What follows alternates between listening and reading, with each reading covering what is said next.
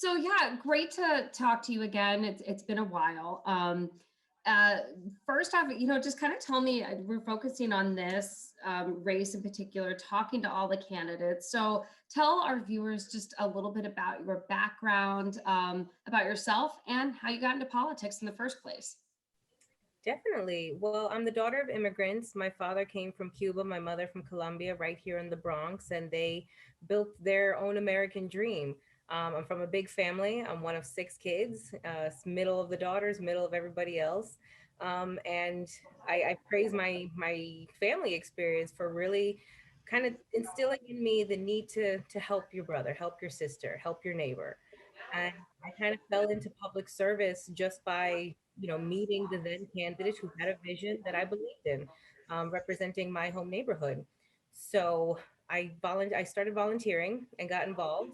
After my first election I volunteered on, I got hired and I stayed in public service, government office within the state assembly for a number of years. Eventually, then getting pulled into the governor's office as the Bronx regional representative, which was a very proud moment in my life because I never thought that I'd make it to the governor's office. I decided to run for the state assembly in 2018 in the special election, by the support of my community, my neighbors, and with the mission to protect and help, really. So my time in the assembly has been monumental. I'm very proud of the work that we've done. It's been an incredible experience delivering for the people of New York State and for the Bronx when it comes to tenant protections, when it comes to environmental justice initiatives, when it comes to really trying to help us in our time of need whenever the time comes. And especially now where the time is now, where we are in this pandemic, seeing the travesty that COVID-19 has done to the Bronx, it is inspiring me to want to do more, to be able to have a bigger platform to present more ideas, new ideas, different ideas. And I feel that in this time, no time to waste. We have great leaders in this borough. We have great community members in this borough, and I want them to be a part of the future of the Bronx. We have a history of overcoming the worst, of building back and being greater and better, and this is the time to do that again, especially after COVID. How was that decision? Working up in Albany and then coming back to the borough. How'd you make that decision? Well, I feel I never left the borough. Yeah, I know you always are working to represent it, but transitioning to like every single day, instead of just a district, the whole thing. This past year, when COVID hit and everything shut down, and I was here on the ground outside helping to get food, helping to get PPP and PPE, helping to, find out what's happening with unemployment insurance, really just kind of being that source and that triage point for my neighbors and community members that didn't know what to do, that didn't know where to go, who what the answer was. And I saw the greater opportunity to be able to bring these connections to the community. And it really did push me and want to take this opportunity. Right around the time when COVID was happening, that's kind of what prompted you, like, hey, maybe I need to be, representing this whole borough and take this kind of career change. Yeah, absolutely. Being in Albany, that certainly is a different world, and things are happening there. But when COVID hit and when we're all forced to be home and, here in the borough, being out there every day, getting food boxes to my community members, getting PPEs to our hospitals and to the neighborhood, helping, get small businesses any relief that they needed, it really showed me that there's so much that needs to be done right here at home. And with the opportunity that there is, the race, borough president seat is open, I really felt it to be a moment that I couldn't give up. I couldn't waste. I believe I'm someone that has the experience, the integrity, the energy to bring conversations forward, to bring new ideas, push new ideas, and to really see some change happen. Yes, and, of course, and it's a borough so well. If you were to win, I know we had talked about this before, but you would be the first female borough president. What is that like, especially at a time like we're in, last week seeing the inauguration? Tell me your thoughts about that. It's amazing. And it really is something, I feel honored to say that I'm part of that conversation. Being the first woman borough president is huge for the Bronx. This is a borough that is percentage wise more women, more Latinas. And having that a Latina in this role is so monumental in so many ways because we are still a demographic that I don't think gets gets seen or heard all the time, and especially looking at women's issues when it comes to the wage gap. Latinas make the least per dollar compared to any other demographic of women, and this I think is so monumental for everyone, for those before me, for those to come after me, and seeing being inspired myself by seeing the Vice President Kamala Harris there.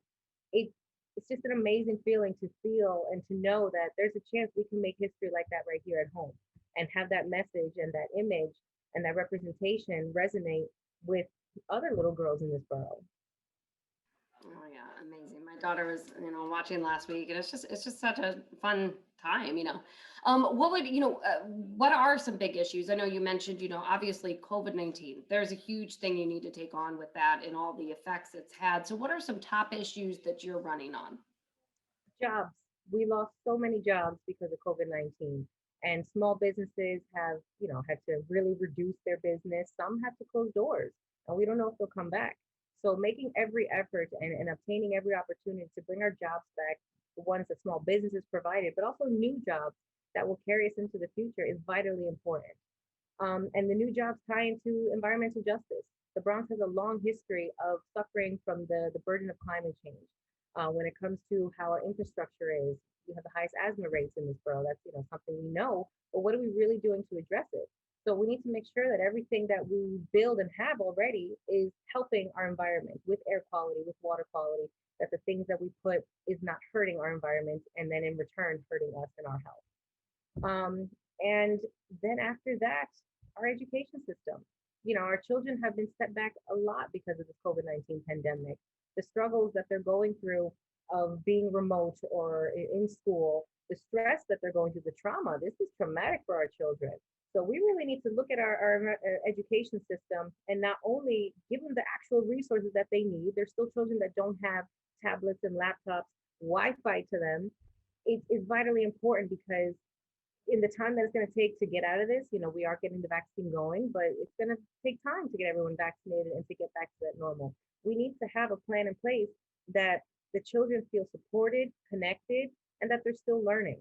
So I definitely want to work with our schools and our partners in government to make sure that we're bringing back everything we can for our kids and our schools to make sure that they're safe and that they're providing all the support that the kids need mentally, emotionally, and on the chalkboard. What is your campaign slogan? Fernandez for the future. Yeah, Very good. I like that. we threw it together, but it's certainly connected to the message. We are looking towards the future. We have to prepare for a future that works for all of us, where Bronxites feel heard, seen, and have a seat at the table. I feel I'm that candidate to do that. So as we look towards the future, come with me, and we together can make the future we want to see. In terms of, your background and working in the assembly and then coming, back to work on like the hyper local level, how do you feel that will help you in, if you were to be elected? Well, I know how the process is up there. I know what leaders have to do to really, get messages across and how long that process may be. So I know the inner workings of the state legislature, of the executive chamber. That's one thing that I think is important and does separate me from the other candidates is I'm the only candidate that has worked the whole borough myself already. I've worked borough-wide as the Bronx representative. So I understand the balance of what a state representative and a city representative can do in combination with the executive to really make some tangible things happen here.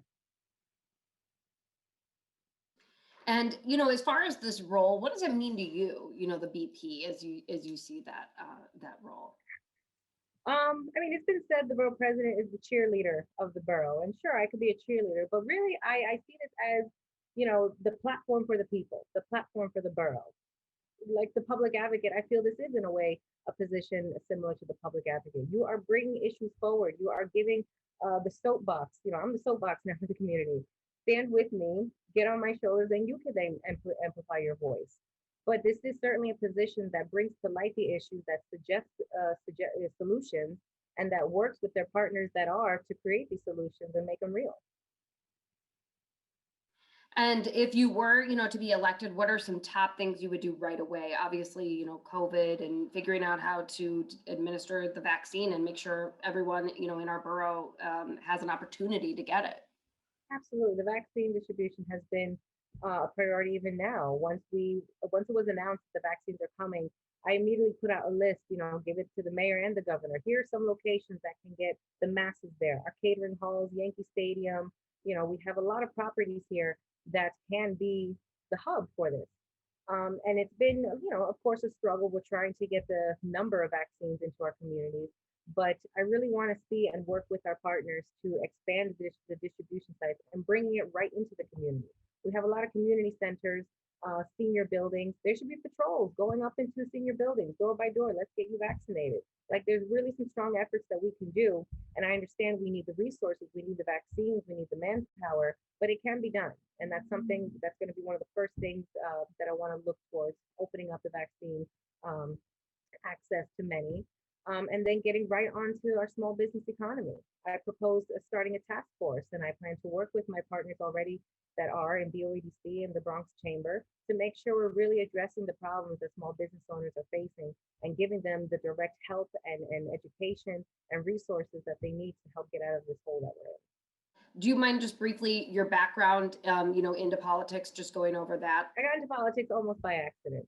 I started volunteering early on at a youth clinic with at-risk Latinas, and soon enough, I happened to meet a candidate that was running that wanted to represent my home neighborhood, Pelham Parkway, and I liked his vision. I believed in what he wanted to do, and I was ready to be a part of it. If everyone says you want be the change you want to see, so I volunteered. I entered this world, and soon after, I got my first job in government within the state assembly for the district that I represent now. And as a staff member, soon then chief of staff, eventually I made it to the governor's office as the Bronx regional representative for our governor, where I was able to work borough-wide with every community group as much as I could, because I did this for myself almost, to really bring the Bronx to our executive's ear. And in that time, my district was looking for somebody that would need to replace the outgoing member. And at first, I almost didn't want to. Like I was, good where I was, making sure we're creating the partnerships, building the coalition, organizing the plans. But when it really came to protecting my community and helping it, I saw that I could do so, and knowing that I understand the process and knowing that I knew the issues already in the neighborhood. Running for the assembly was the best thing I could have done for my neighborhood to really give them a voice where it was needed. And now, um, continuing to just advocate for the Bronx, there's so much more that needs to be done, and we need to take every opportunity to speak up on it and fight for a better tomorrow. Yeah, I'm sure campaigning is very different in the time of COVID, and you're very, trying to do everything at once. Yeah, how's that been? Yeah, campaigning has been different for everybody. Everybody's learning new ways how to connect with people, with voters, and to really just get the message across. So, my campaign, it is absolutely a grassroots campaign that has been started and run by people like me, like you, and everyone that just wants to see change and see positive, advancements in our borough. And I, I I think that together, we've been able to come up with great plans, especially when it comes to the things that we want to see in the future and how our borough can be a standard amongst the other boroughs.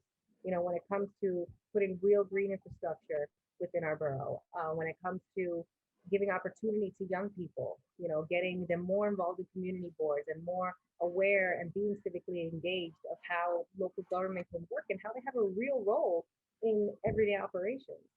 So it's an amazing time, and it's something that I welcome everyone to be a part of. Please connect, ask the questions that you want to know, and don't be afraid. No question's bad, and every question is valued really, and we all learn from it. So for those watching, please follow me, tune in, ask away, and join the movement because we're really trying to do something impactful here for the Bronx. And is that something you like to do? Do you like to filter like questions on social media? I mean, is that how you would tell young people to reach out? Actually, yeah, when I don't have a business card or anything, I'd be like, find me on Instagram, find me on Twitter, send me a DM. We'll talk there. That, Anyway, hey, that, like you said, that's really reaching the people, the younger generation. Well, here are a couple questions I have for you. My first is, what is your favorite secret spot in the Bronx? Favorite secret spot? Twin Park at the end of Orchard Beach. It's like a little island, just so separate, different, and you're on the waterfront, you see the boats, but at the same time in a little woodland area. And that's one thing I just love about our borough, that we're so green. We have so much green space. And every park, from the center to the edges, has something beautiful about it. So you'll find me in a park if you can't find me. Another question that I've been asking everyone, what is your what's your best memory, or what's a memory that you have of Bronx Borough President Ruben Diaz Jr.? God, so many memories. Uh, he's a great borough president. I just gotta say that. Like, he really does bring life and passion to a lot of things that we do, big or small. And one of them, what to say? You Yeah, know what? take a second. Parties. I loved his What? his birthday event. He always had a costume party for his birthday, and I thought that was just good energy, good humor, having fun with the time and the holiday, and celebrating, with the community.